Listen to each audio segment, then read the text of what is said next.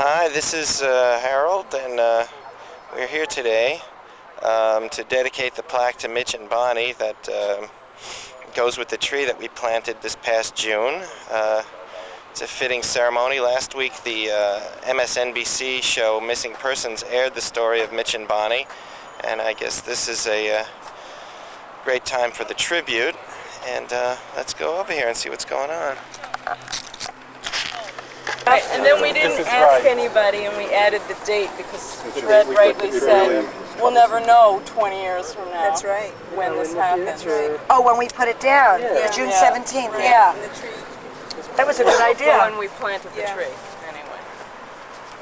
Unclear when we would have the stuff. This is Harold from our class. Hi, Harold. Harold was you know, on the MSNBC piece, the part where we were planting the tree, that footage, that came from Harold. Yeah, they used from our class. footage. Yeah, he got credited at the end.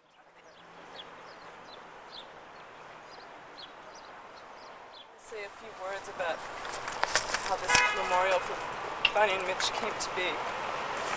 That we had a reunion of the class of 74 in 99, and when I saw Michelle, I couldn't help but think about Bonnie and Mitch, and I wondered how many other people who were there were also thinking about them. And it just seemed that it was important to do something, to say, we don't know what happened, but they existed and they mattered. I was quite surprised about this whole thing. And I have to thank every one of you for making this possible and sharing our feelings and concerns. I'd say through the years, even though I hadn't heard from any of you, you have to be tremendous people. That's all I can say. My heartiest thanks. This would never have happened.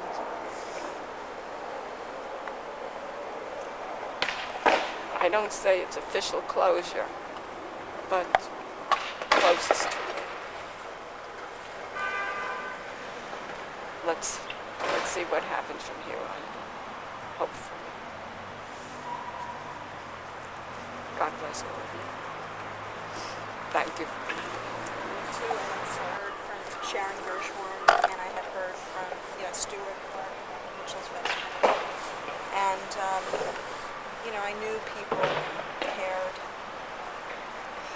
And I guess I always felt that, I was telling this to Stu, but I always felt that,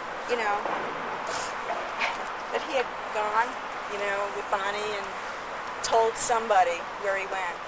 And I never really thought anything really bad happened. I just thought that he had let somebody know, but that he needed to go. And I was so surprised when Stuart really let me know that he never was told anything. And if there was anybody he would have told, it was Stuart.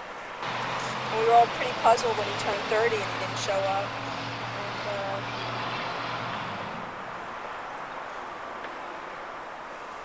it's like, you just don't think about the person anymore. You think it becomes a legend, and you don't think about Mitchell until this happened. I mean, this was, like I said at the reunion, this was quite a gift because it made Mitchell and Bonnie real again to us, and probably for you also, because talking about them and remembering them brings it to our consciousness again.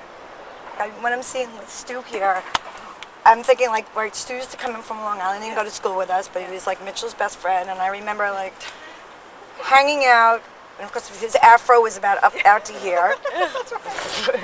There were a lot of honorary Dewey students who didn't really go. Right, I know.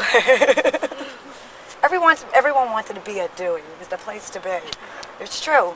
But I remember so many times sitting on Bonnie's porch. Like when I see that house on the MSNBC, I remember hours and hours sitting on the front steps at Ray's house. And I remember exactly walking up the steps to your house And Ray's kitchen was this way, and then you'd make a right turn, and Bonnie's room was that way in the front.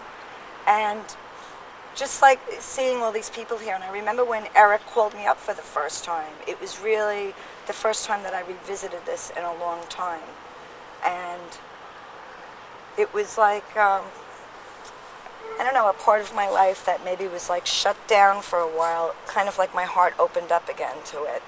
Perspective. I met Mitch when I was 12, and I grew up on Long Island.